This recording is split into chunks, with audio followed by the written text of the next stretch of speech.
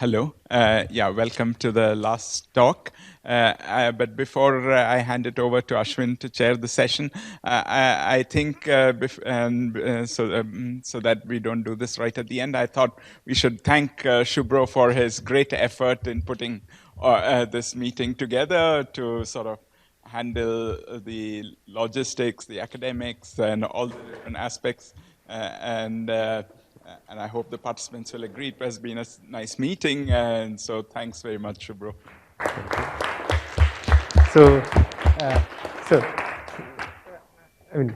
Let us also thank Ms. Parul Sehgal, who has been coordinating with everyone to organize this meeting, and also Mr. Irshad, who has been helping with all the computer-related things, and also Mr. Vasavraj, who I think is busy right now in the front desk. He has been also very helpful. So let's thank all of them.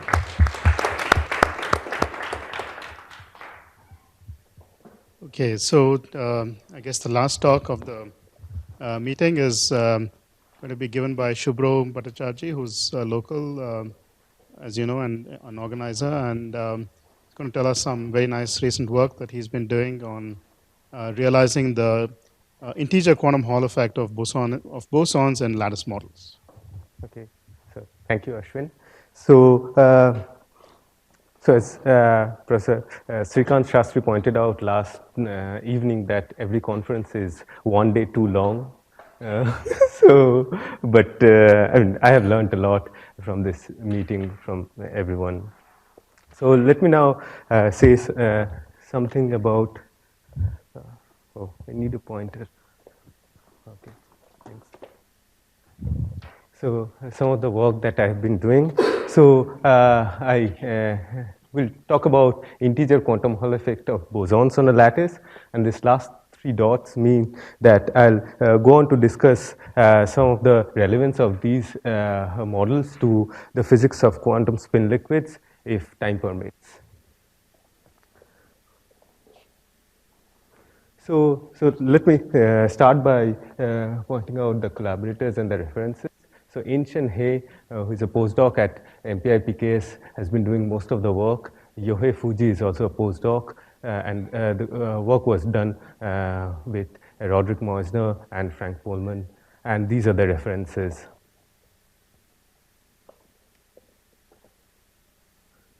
So this is basically the outline of the talk. I'll present. I'll give an introduction and then present things regarding the physics of integer quantum Hall effect in bosons, and then go on to present a lattice model where this phase is realized along with the numerical results. And if time permits, I'll connect these results to the physics of chiral quantum spin liquid phase on Kagome XXZ models. So let's start with the introduction. So generally, we are interested in describing phases of quantum many-body systems. These can be bosons, fermions, or spins. And from the condensed matter point of view, there are generally 3 basic ingredients.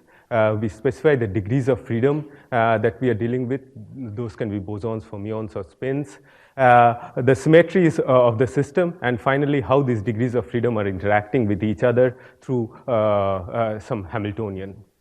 So with these basic ingredients, we want to describe various phases of condensed matter, and this has been the way we have tried to do things for a long time, and particularly this way of thinking has been successful in describing a wide range of phases.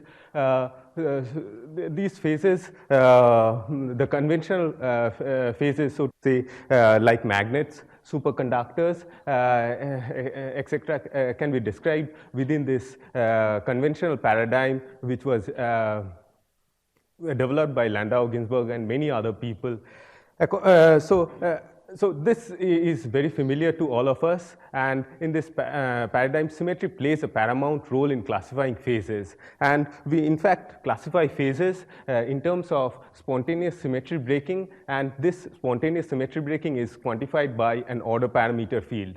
And the low energy excitations can be constructed from a suitable like theory out of such symmetry broken phases, and continuous phase transitions are described by long wavelength fluctuations of this order parameter field. So this is basically the paradigm we have been thinking about for a long time, and it has been very successful in understanding various phases. But so as I'll point out several things that has happened over the last 30 years or more, maybe shows that this paradigm, though successful, may be inadequate in major ways.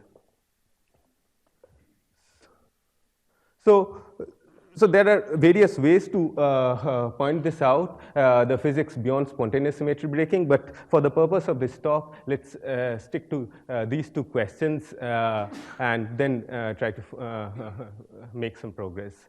So the questions are, is symmetry paramount in classifying condensed matter phases? And again, there are other roles of symmetry in classifying phases other than spontaneous breaking? So let's try to focus on these questions one at a time. So is symmetry paramount in classifying condensed matter phases? The answer, as we know, is no. So the earliest indication of this has been quantum Hall effect, where the different plateaus have the same symmetry, and we have learned a lot about quantum Hall phases throughout this meeting. So a more interesting way of putting this question is basically, can we write down two many-body ground states that are different from each other, yet they have the same symmetry, or basically they have no symmetry? So this question has been made much more sharper in context of the phases, in context of systems whose energy spectrum are gapped, and these are called gapped systems. So throughout this talk, I'll stick to gapped systems. So basically, the idea is that if I have a gap system where I have the ground state or the few ground states separated by an energy gap, and we write down two wave functions, psi1 and psi2 for different systems.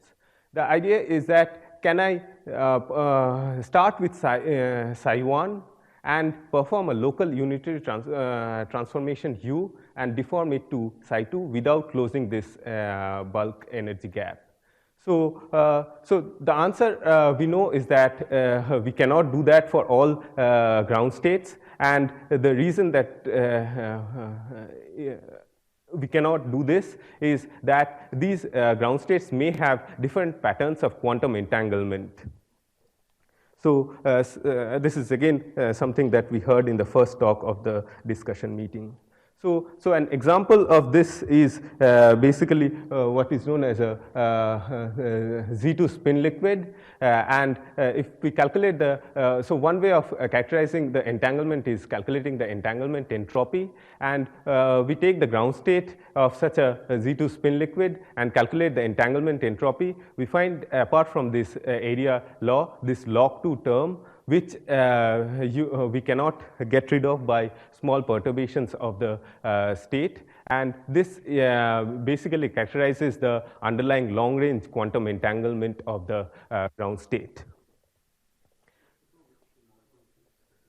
So this is the fully packed loop model on the Kagome lattice at the Roxas-Wilson point.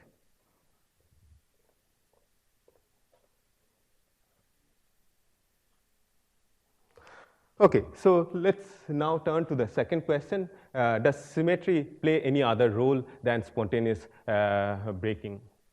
So the answer again is yes, and what we have learned in the last 10 years or so, that presence of symmetry can may lead to non-trivial topological states with gapless edges. And the most famous example is the topological band insulator. So basically the point is that in presence of time reversal symmetry and charge conservation, there are two types of band insulators which cannot be adiabatically deformed into each other without closing the bulk band gap. And the result is robust gapless surface states on a boundary between a trivial and a topological band insulator. And the difference.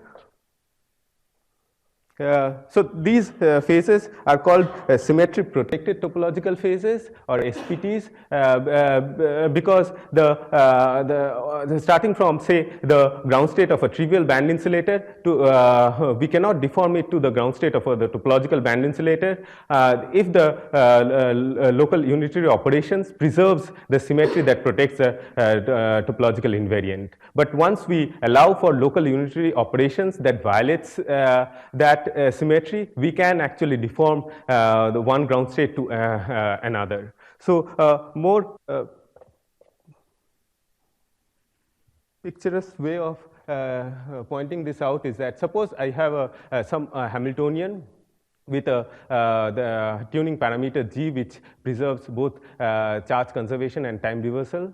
Then for some parameter values, I stabilize a topological band insulator, and for some other parameter values, I stabilize a trivial band insulator. The point is that as I change G, I should go through a point or a phase where the band gap closes.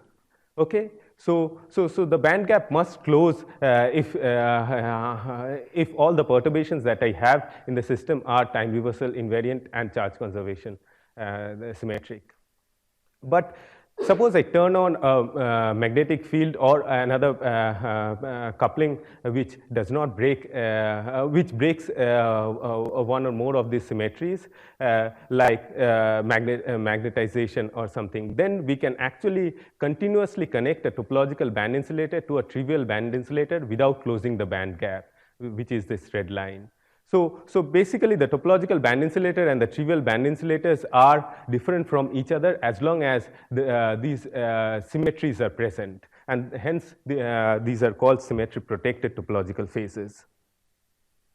So just a comment, I won't go into the details in this talk.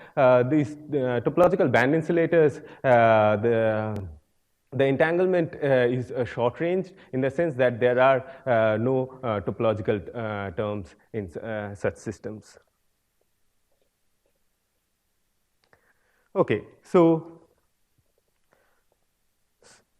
we know a bunch of such topological phases. There is a systematic classification for free fermions for several symmetries, and so these are all the quadratic systems in the sense that they're free. And now the question is that are these non-interacting topological SPTs stable to interactions? Or more interestingly, are there new types of SPTs that can only be stabilized by interactions? So this particularly opens up the questions of SPTs of bosons, because free bosons either condense or on a lattice can remain just sit on the lattice and form an insulator. But interacting bosons, so the question is, can interacting bosons form such SPT phases? And so far, several classification schemes exist. But in this talk, I'll give one concrete example of an SPT of interacting bosonic system. So this brings me to the physics of integer quantum Hall effect in bosons. So the system that we are concerned with are spinless bosons in two spatial dimensions with conserved particle number, but no time reversal symmetry. So what kind of phases can we have in such systems? So at weak coupling, we can of course have the superfluid, which breaks the Yuan symmetry spontaneously. But at strong coupling, say when the repulsion between the bosons are strong, we usually have a Mott insulator phase where the Yuan symmetry is not broken. So recent. So let's focus on this Mott insulator, and what this classification schemes have suggested is that there are at least countably infinite number of such Mott insulators that can occur, and each is labeled by an integer, a positive or negative integer. And this integer is related to the charge Hall conductivity of these systems. So basically, the point is that the Mott insulators with non-zero, which are characterized by this non-zero integer, have a charge Hall conductivity of 2n, but a thermal Hall conductivity of 0. And the thermal Hall conductivity vanishes because, as we will see, that there are counter-propagating edge modes in this system. So how can we realize such phases? So let's first try to understand how, in principle, one way to describe such phases, and then we'll go on to the lattice model. So let's think about two flavors of bosons, A1 and A2, in a magnetic field, uniform magnetic field.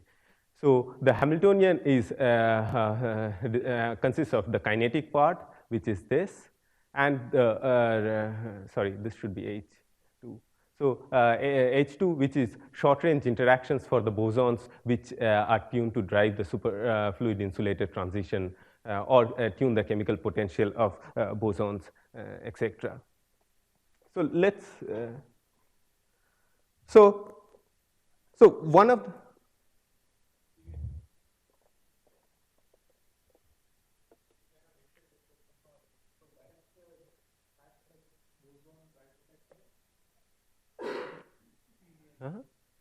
So this is a single particle term, right? Yeah. So H2, sorry, this should be H2. This represents all the interactions between the bosons. Yeah. Right.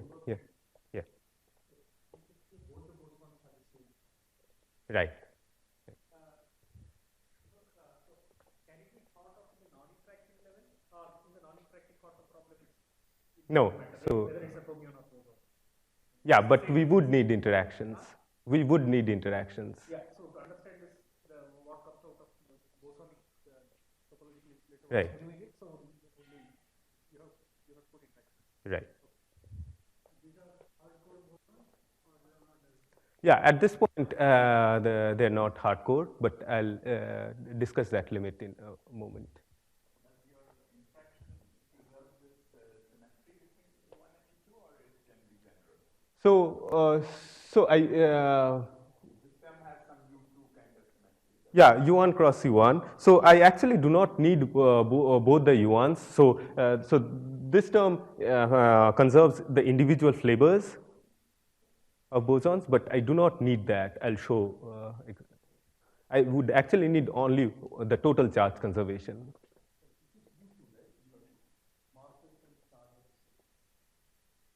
Yeah. But interactions would break that. Okay, so without going into the energetics at this moment, let's think about a phase that for some energetic reasons, it's favorable to form quasi-particles of the following form. So basically, I define my new fields B1 and B2 in the following way. To the original bosons, I add flux, one quantum of flux of the other species. So basically, this is the same flux attachment picture that was discussed in context of quantum Hall effect in fermions. So basically, with the species 1, I attach a flux, one quantum of flux of species 2. So these B1 and B2 quasi-particles again have bosonic statistics, and we call them composite bosons. So at this point, I have not said why these things should be energetically favorable, but let's see what happens with them. So more on this flux binding picture. So in two spatial dimensions, I can write down the current in terms of these the flux of this gauge field. And basically, so if I have two flavors, I can think about them as fluxes of this gauge field. And the mutual flux binding basically, so I take A1 and bind it with one quantum of flux of A2, and similarly for A2. So that's how I basically want to obtain B1 and B2. Okay. So this composite bosons basically see two sources of flux. There is this background magnetic field given by this vector potential A, and the flux coming from this mutual flux binding this alpha gauge fields. So by tuning the filling fraction of the bosons, we can cancel these two magnetic fields just like the half-filled Landau level, and so that this composite bosons do not see any flux at all. So let's so what happens if we try to do that? So basically, the low energy theory is given by this.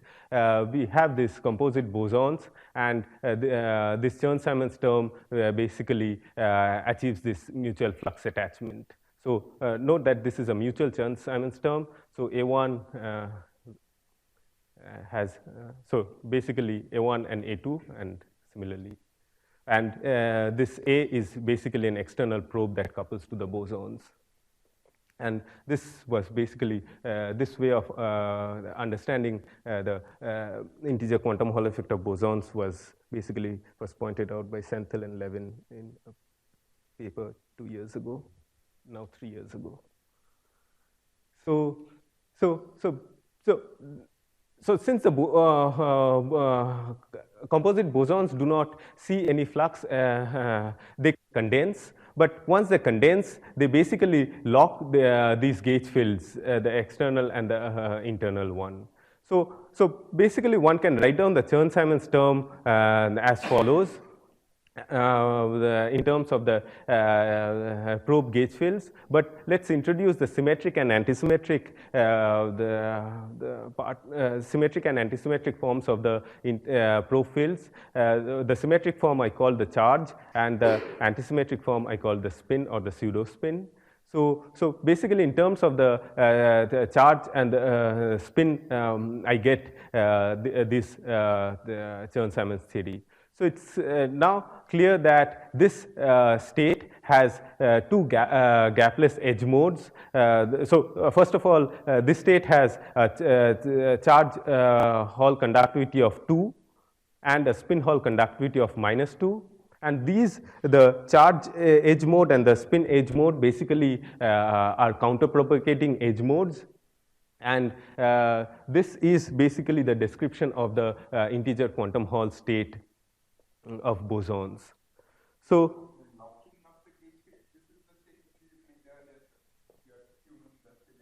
right. So, exactly. So once they don't see any flux, I can condense them. And once I condense them, I need to. So this is the time.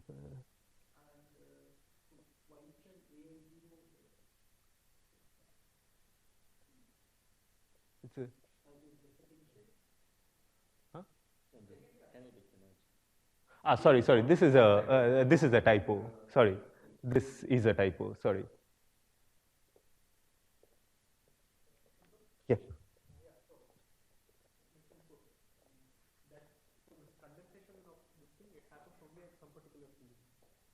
Yeah, so if you go slightly away from it, then this is no more a good picture, or yeah, automation theory. yeah, it should be still a good picture. Okay, and this locking of the two gauge fields, Yeah. the A field, capital A field, and alpha field. Right. So can that be thought of as some sort of spin momentum blocking that we see in topological insulators, No. or even the No. integer quantum Hall effect you see with Chern? No. No. No, it's more like the result of Higgs mechanism. So this is because of the Yeah.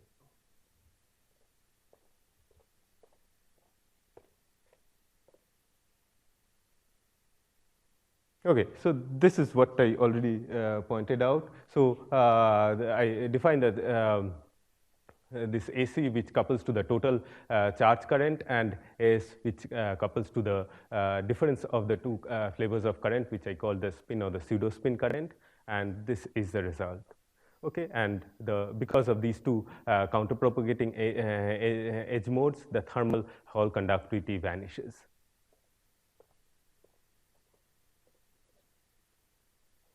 Okay, so can this physics be realized in a lattice model? And this is what we did some time ago. So let me introduce the lattice model.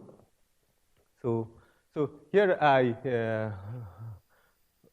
introduce hardcore bosons. So these are bosons which have infinite on-site repulsion. So there can at most be one boson per site. So I think about such hardcore bosons on a honeycomb lattice, which has a two-site unit cell given in black and white. So the Hamiltonian consists of, so let's look at the first two terms. So the first two terms basically are correlated hoppings, which preserves the sublattice flavor.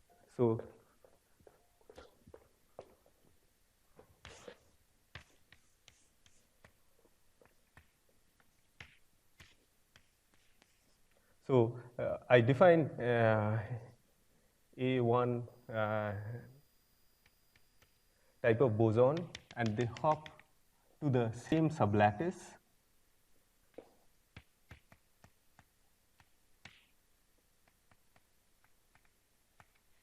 So the sublattice flavor is conserved, but there is of course some magnetic field background, but the sign of this hopping depends upon whether there is a boson at this site or not.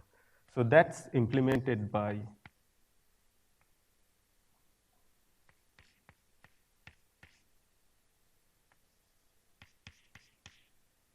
maybe I have used B there. So basically, if there is a boson, remember these are hardcore bosons. So if there is a boson in this intermediate site, they hop with a positive sign. If there is no boson in this site, they hop with a negative sign. Okay? Yeah. Right. So this is what we call correlated hopping. And as you can see that, so there are similar terms for the other sublattice too, and that's given by this. So this flavor conserves independently conserves the two flavors, but this last term with a coupling strength of lambda basically mixes the two flavors, and once this term is present, I only have a U1 symmetry. Huh? Why you need that if it sees that then the sign. Right, so let me come back to this.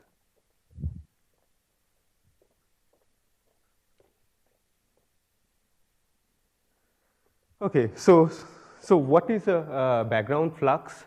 The background flux is as follows. The honeycomb plaquette has a pi flux, but this triangular plaquettes, which is formed by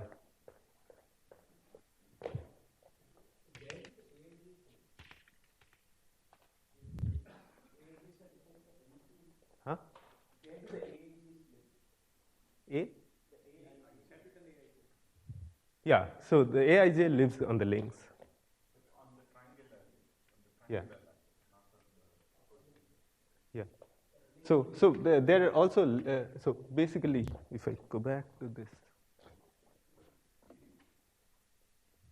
So as you can see that this term also.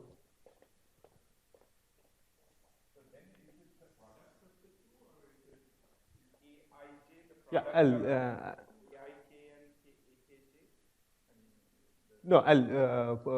point out the assignment. I'll point out the assignments. Okay, so.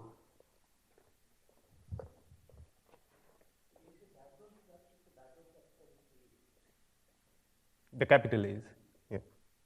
So this is coming from the background magnetic field.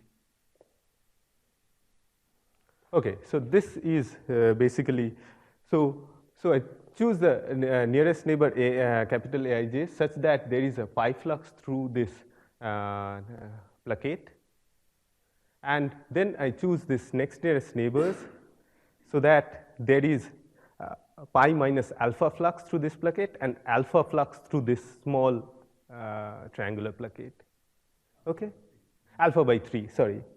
Alpha by 3 flux through this small triangular plaquette. So you can see that this plaquette then, which contains 3 triangles, contains an alpha flux. So this is the flux assignment. Okay. Good. So this is details about the gate choice to implement this flux, and we have a 4-side unit cell.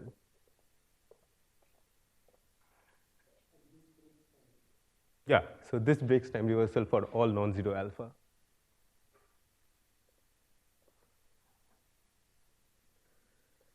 Okay, so what is this correlated hopping doing? So basically, as I pointed out, the sign depends upon the presence or absence of a boson in the intermediate side. So this term, we can write it as, since these are n can be 0 or 1, I can write this term as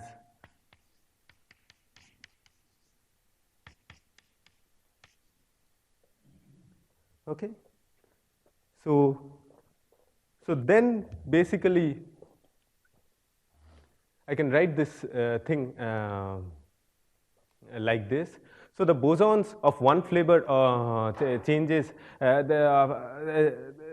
so the boson of one flavor for here B changes the flux seen by the other flavor if they are present. So basically at half filling with a mutual flux binding of 1 quantum, maybe one can offset the background flux seen by the composite bosons, just like just like this field theoretic picture suggested, and maybe we can get a integer quantum Hall effect of bosons. But do we actually realize this in this model? So that's the question that. Okay. So we did DMRG calculations on this model to try and address this question. So actually. So let me just point out the details, the numerical results. So the DMRG calculations were done on an infinite cylinder. So this the x direction is infinite, and the y direction is identified as shown in this figure. So we did calculations for 2 geometries, and there are no dependence on the results. And there are 4-side unit cells, and the number of sites in this y directions could go up to 16. And there are open boundary conditions for x direction. So let's start with lambda equal to 0. Let me remind that lambda was the coupling constant for mixing of these 2 flavors, or the nearest neighbor hopping. Okay.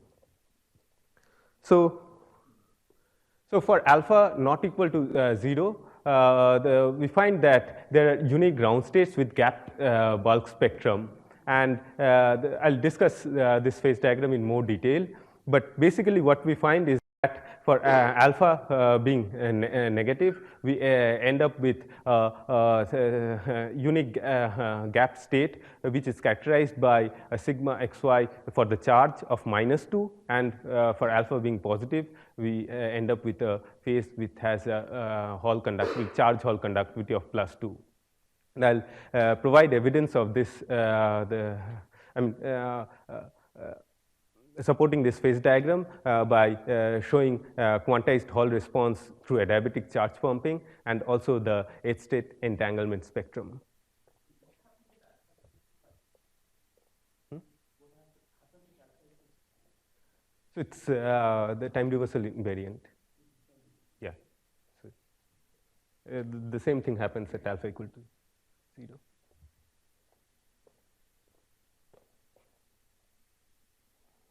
Okay. So basically here the idea is that you adiabatically, so this is a cylinder, you adiabatically pump a flux of 2 pi through the cylinder, and since this has a Hall conductivity, and since if this is a integer quantum Hall system with Hall conductivity 2, you should see 2 units of charge being transported from one end to the other.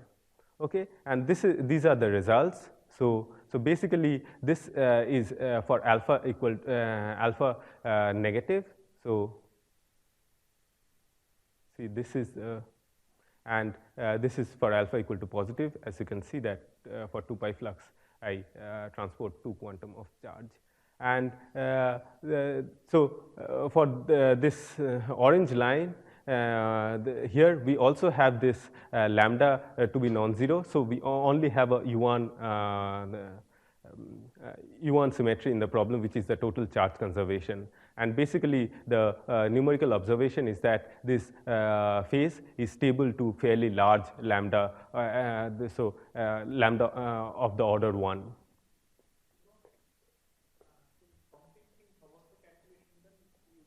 So. Yeah, so basically the flux through this cylinder can be calculated by introducing twisted boundary condition.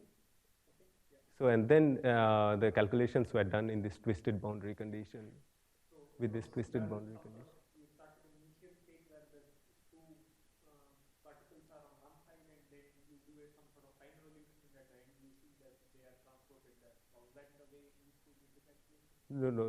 So basically, the point is that this was done by twisting the boundary condition at the end of the cylinder. So, yeah. So my question is very simple. So could you see a transport to the bulk? What does? Yeah. Yeah, we are not. You just looked at time t equal to 0 and then the final time. Yeah, for different twisted boundary conditions.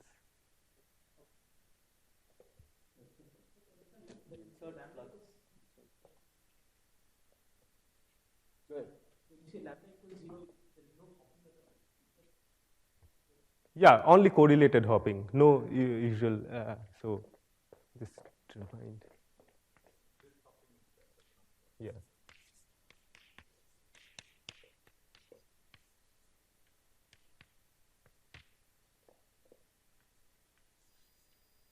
Sorry, I'm using different notation. This is A in the. So this is absent, the usual hopping. So it's only correlated hopping. So I thought, you did correct me if I'm wrong, is to change the amount of flux. Yeah.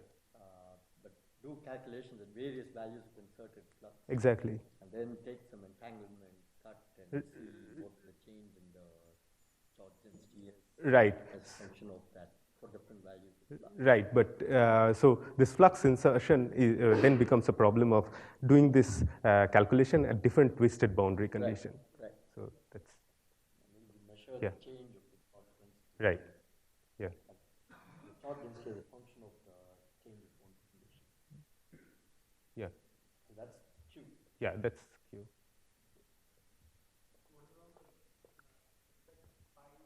The phi is the amount of flux inserted.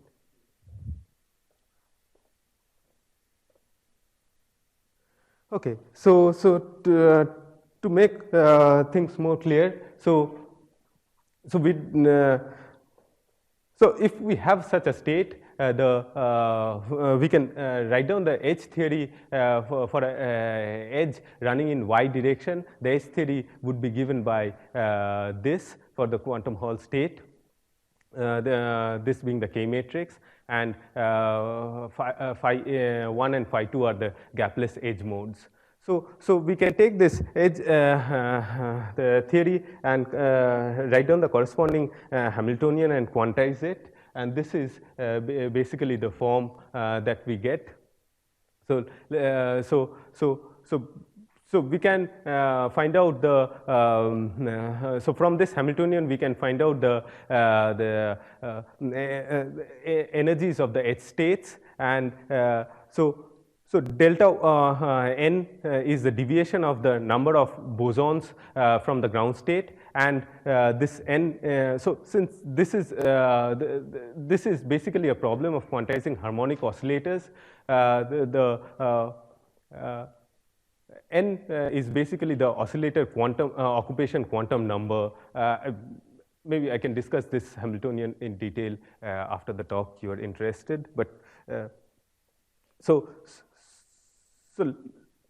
that Hamiltonian would predict the edge states for the energies of the edge states as well as the degeneracies for both the charge and the spin mode, and which can be calculated in DMRG from the entanglement spectrum. So this is what we get from the entanglement spectrum, and as a function of the y momentum. So as you can see that the zero momentum, this is a ground state. So let's look at the sector where I do not add up particle, the total particle number, the change is 0. So basically at the ground state I have the unique state, and then as I look up at the excited state, the states with which carry charge. So this is the branch that carries charge, and this is a branch carrying the pseudo spin, and basically they have the opposite velocities. As you can see, this goes back to the comment of counter-propagating modes. But more seriously, if we look at the degeneracies of the modes, for example, the first excitation mode which carries charge has a degeneracy of 1, as predicted by the edge theory, and the one that carries pseudo spin has a degeneracy of 3, and basically this is what we find in the numerical calculations. So this basically gives us more confidence that this is indeed the integer quantum Hall effect state of bosons, and okay, So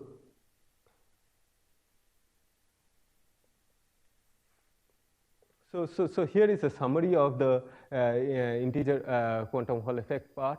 So unlike fermions, as we can see that the usual hopping term is not important at all, but the real physics is controlled by interacting terms like this. So we need to interacting terms to stabilize the integer quantum Hall effect of bosons. And the mutual flux attachment is implemented by correlated hopping in a lattice model. So this basically is the end of the integer quantum Hall effect discussion, and I don't know. So how am I doing with time? Oh, I think, yeah.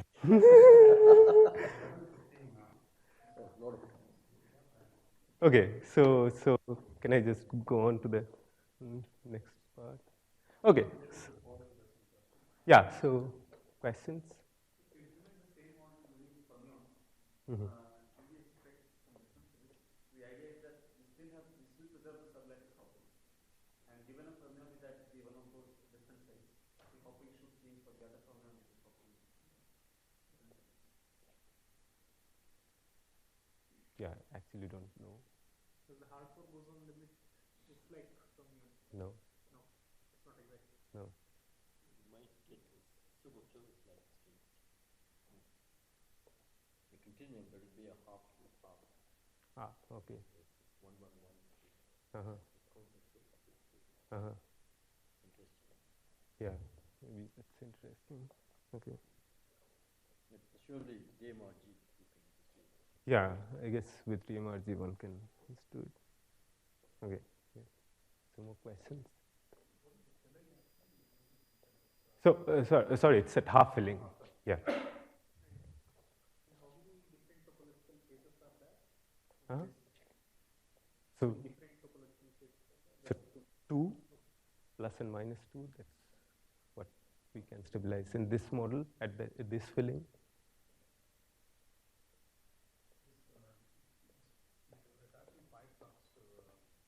Right.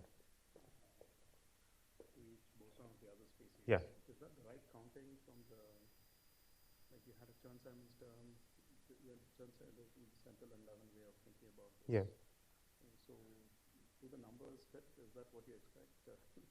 Yeah, we should, because I mean, we have, let's see. Half a boson per site. Yeah. Half a boson per site plus the other species in average. Is that right? If there's a boson, Yeah, but we have an enlargement of the unit cell because of the background flux.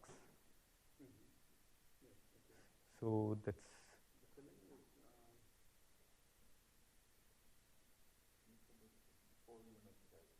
No, 4 sites.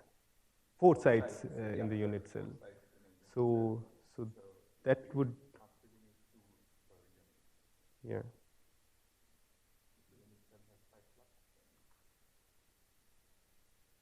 No, these are spinless, so half filling is 1. Yeah. Just take 30 more seconds. So each boson, say once from lattice, and it goes around its unit cell. Mm-hmm. How many bosons of the other sublattice is it? How many sites is it? Just one. Yeah. And it's half a boson per site. Yes. So, so on average, there's half a boson per site and a flux of Pi. pi times the density of the other species. Right? Yeah, that's half, right? That may work out. Because I'm increasing the unit cell. Yeah, so if you go to 2 unit cells, so that's Yeah. 2 sites. So there's 1 boson. So half a boson per site on this triangular superlattice, which sees an average flux, which is pi times the number of the other species. So it's saying the average number of the other two is also half. Okay. Yeah, let's discuss this maybe. Yeah.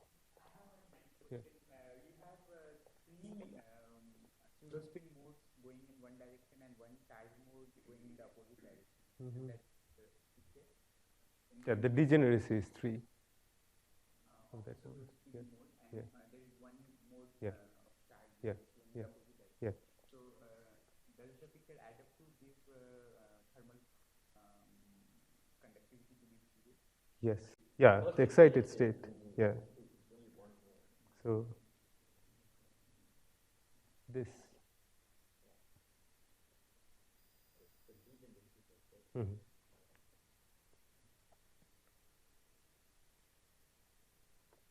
Okay, more questions?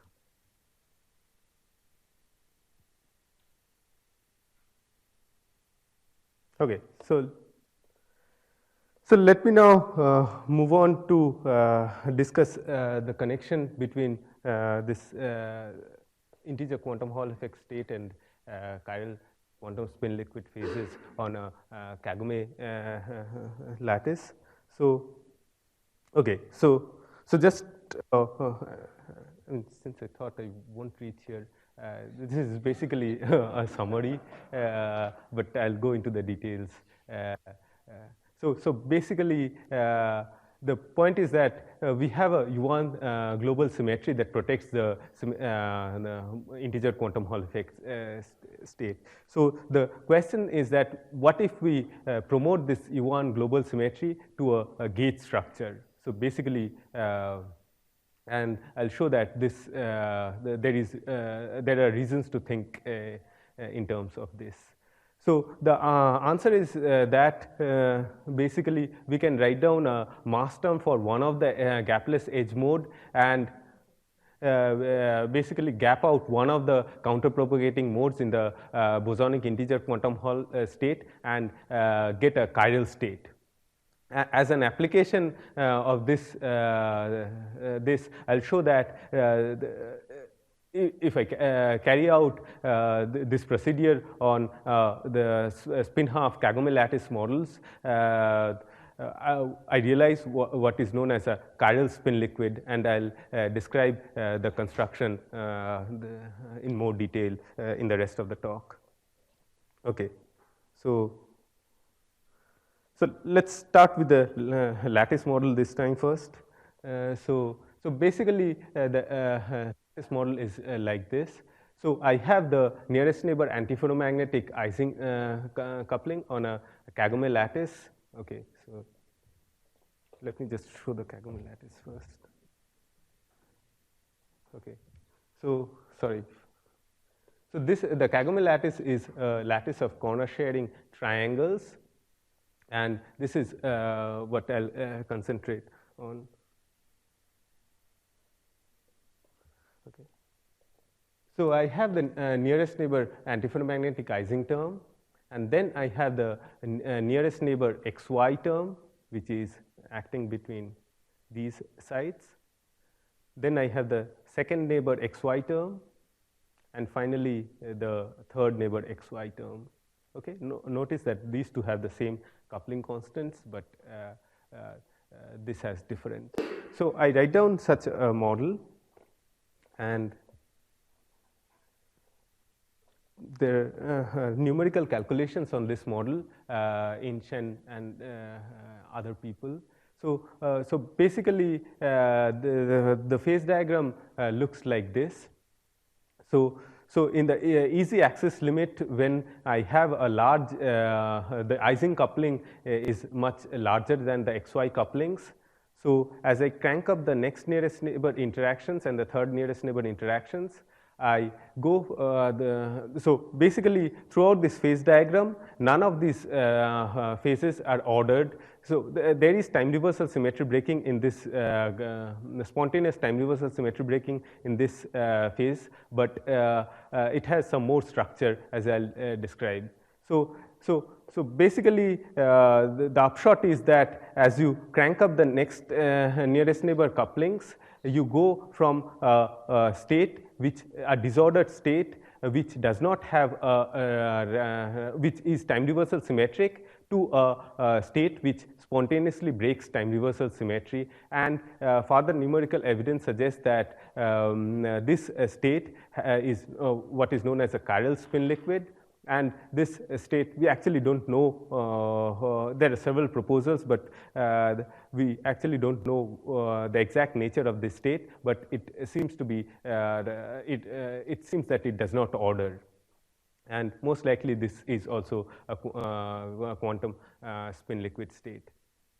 So the upshot of these kind of models is that as we go from the easy axis limit where the Ising couplings are stronger than the XY couplings to the easy plane limit where the XY couplings are stronger than the Ising couplings, the phase diagram seems to be continuously connected. And there is the spatial point in this phase diagram which is the nearest neighbor Heisenberg spin-off Heisenberg antiferromagnet on a Kagome lattice, and this has been a problem that has attracted much attention because it seems to be one of the simplest lattice models to realize a quantum spin liquid state, and that can have some material relevance which I'll not go into.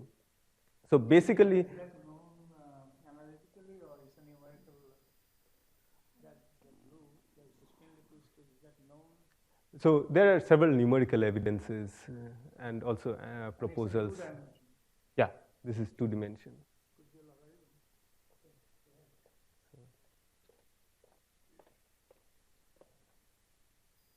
Okay, so let's focus on this chiral spin liquid part. So I'll describe in more detail, but just to start off. So basically, this was first, I think, proposed by Kagome and Laughlin in 1987. So basically, these supports spin-half excitations which have a semiotic statistics and break spontaneously time reversal symmetry due to the development of the scalar chirality orders and has gapless edge states.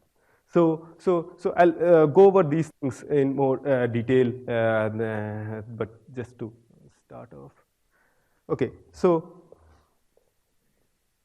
the Hamiltonian that I introduced is of this kind. In the z-axis limit, all the other terms are smaller than the Ising term. Suppose I only have this Ising term, then for each triangle, what I have is the two spins must point in the one direction, and the third must point in the other direction to minimize this term. And this ground state manifold is known to have extensive degeneracy, and so the question is how these quantum perturbations lift this classical degeneracy. So to understand this problem more carefully, let's introduce this dual representation worked out by Nikolic and Senthil several years ago. So we define the medial honeycomb lattice by joining the centers of the triangles, and we define tau Ising spins sitting at the sides of this honeycomb lattice, and in the ground state manifold, these taus can be plus or minus half. Okay, in this following way, this minus sign is incorporated because of the bipartite structure of this honeycomb lattice. Okay, so then we represent these tau degrees of freedom by these hardcore bosons. We define two flavors of hardcore bosons, A and B, as follows. So note that the charges of A and B are A carries a half charge of this of the global SZ conservation. So since this is an XXZ model, it has a Yuan symmetry which conserves the SZ quantum number, and I'll come to this in a moment. Gauge charge.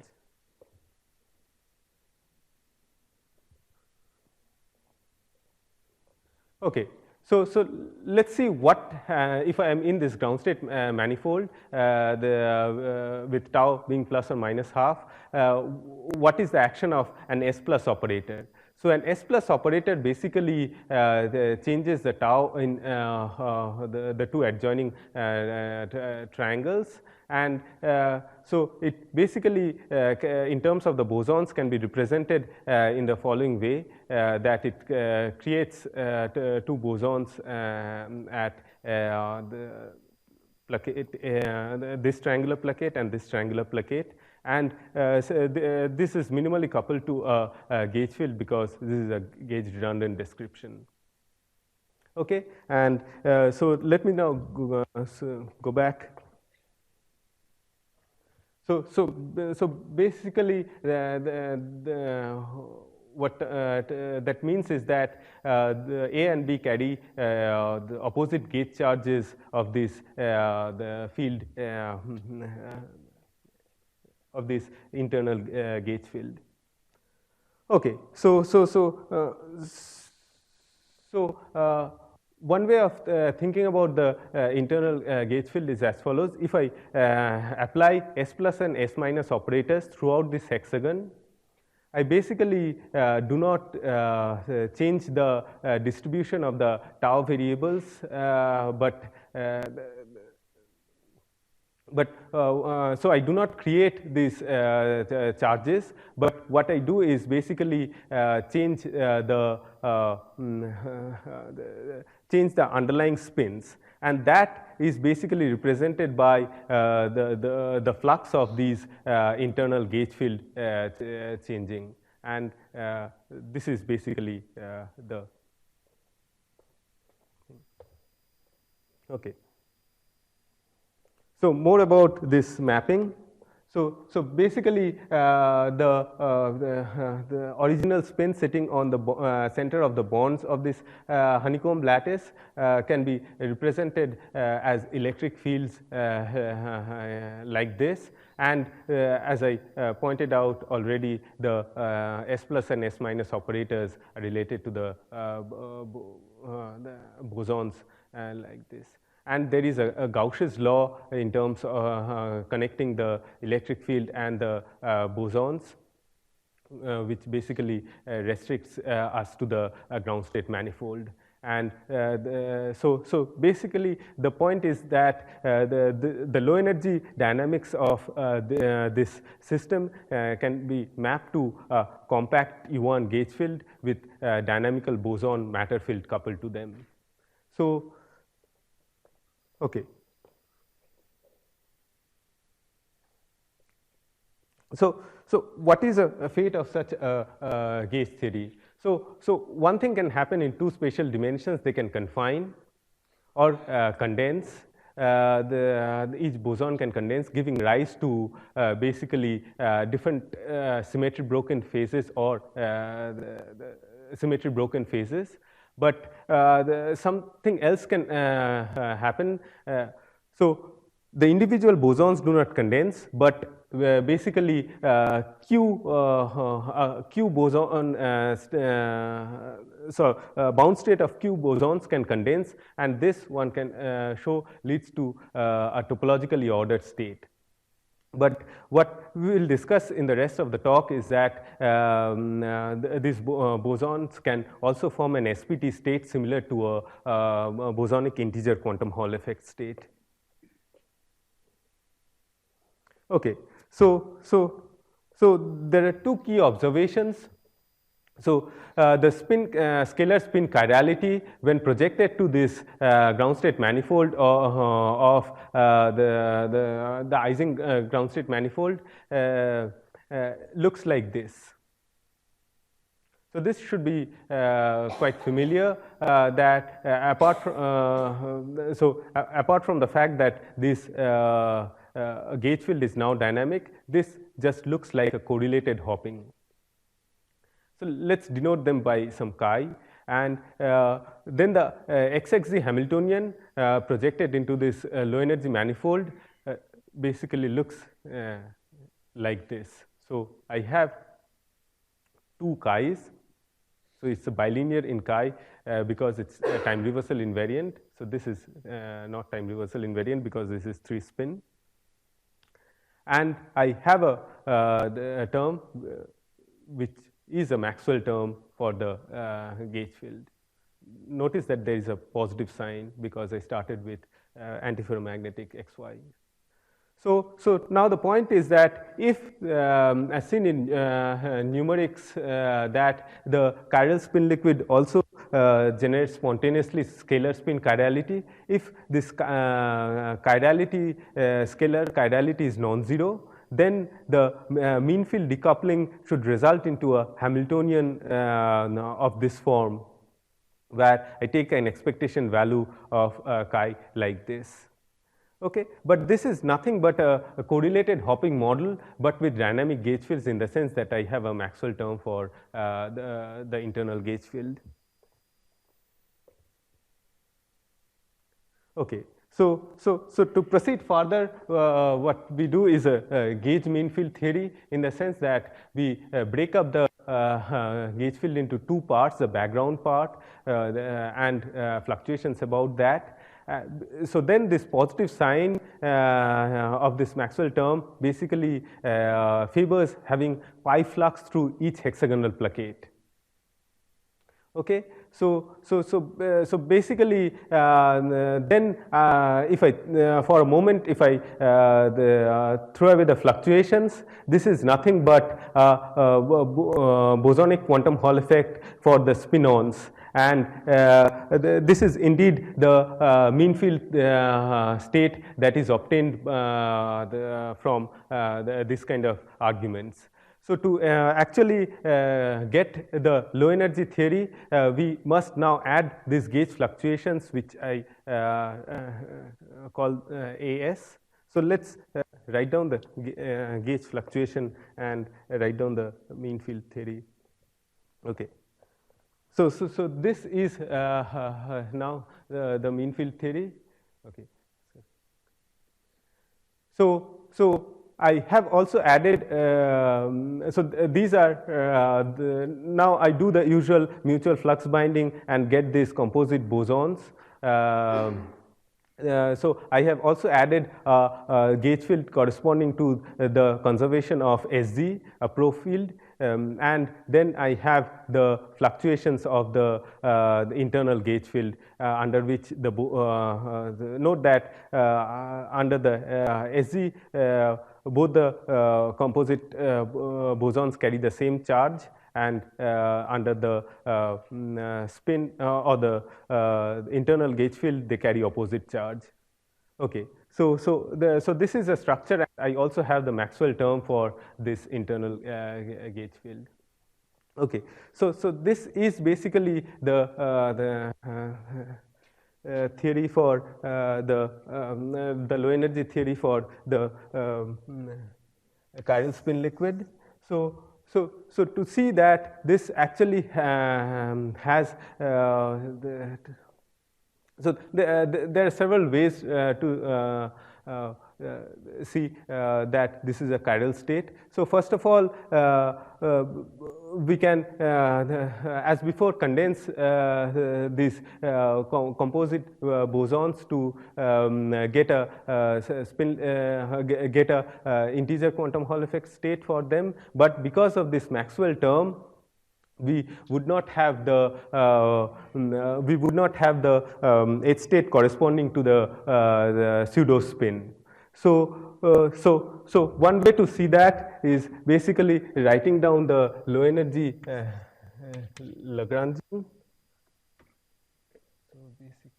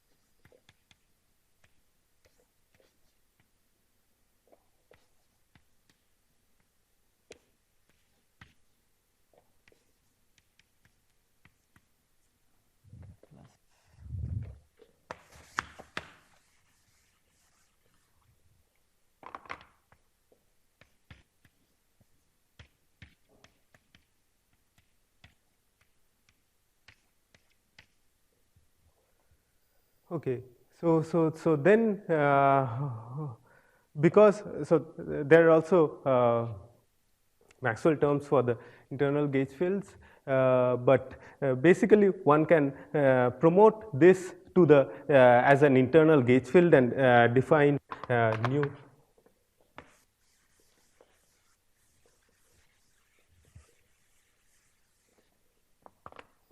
So one can write the same Lagrangian as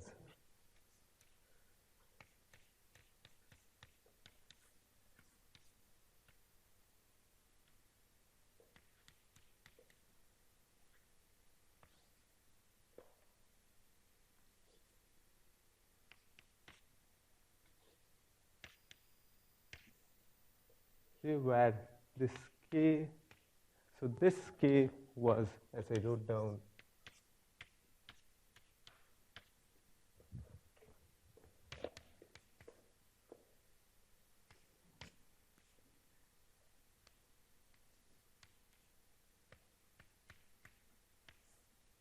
and beta is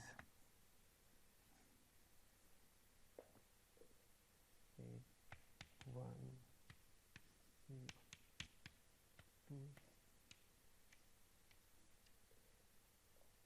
Okay.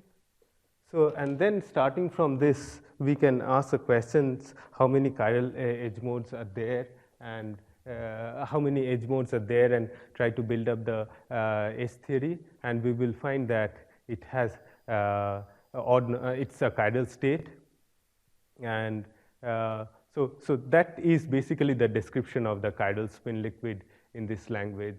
And so the upshot is that we think that the XXZ model of this Kagome spin liquid is the low energy theory is described by this field theory. So okay, so that's where I would basically end and take questions.